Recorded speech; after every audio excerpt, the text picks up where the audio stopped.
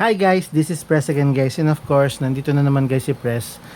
Dumating na kasi yung yung pinagawa ko. Yan guys, unbox natin sabay-sabay.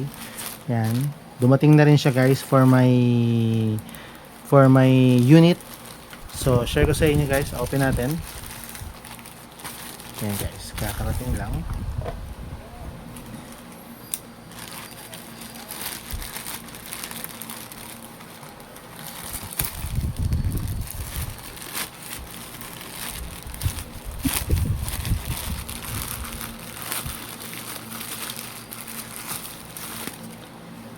Yan guys, magugustuhan nyo to.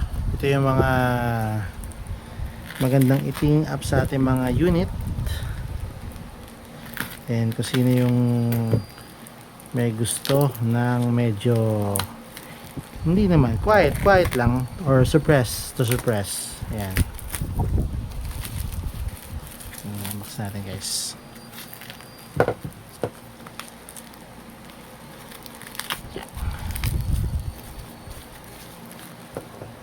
Ang shiny.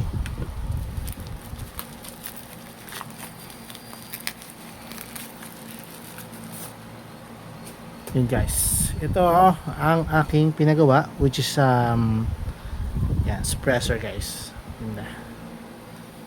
Size niya is 1/2 by 28 standard. Yan, ganda ng pagka-built niya. Tapos dito mo, pwede, may rosca siya dito.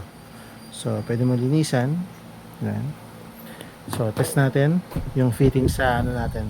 Actually guys, ano pala to 422 caliber. Yan, kung meron kayong mga PCC na 22 or mga handgun, pwede to. Basta yung thread niya is 1/2 by 28. Yan guys. Fit natin sa aking TX22. Yan, chamber check. Clear. Ayan guys, tanggalin natin yung thread.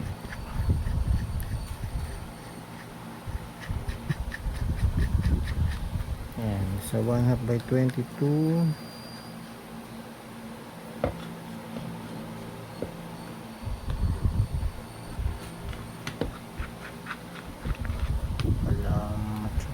Ayan guys, masyado tanggal.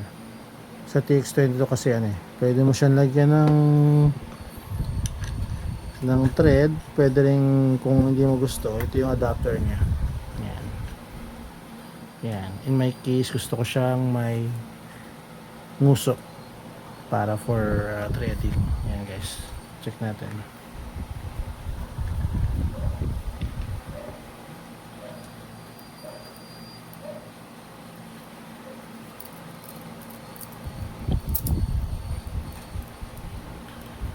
Yo.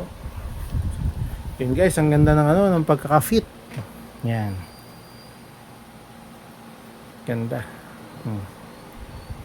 Diba? Custom made to guys Hindi ito yung nabibili sa online. Made to order siya. So ang ganda ng build talaga niya. Yan. Ganda.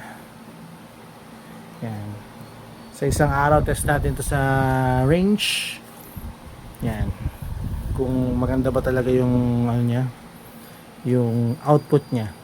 So yun lang guys, shinare ko lang. This is press checking suppressor for my 22.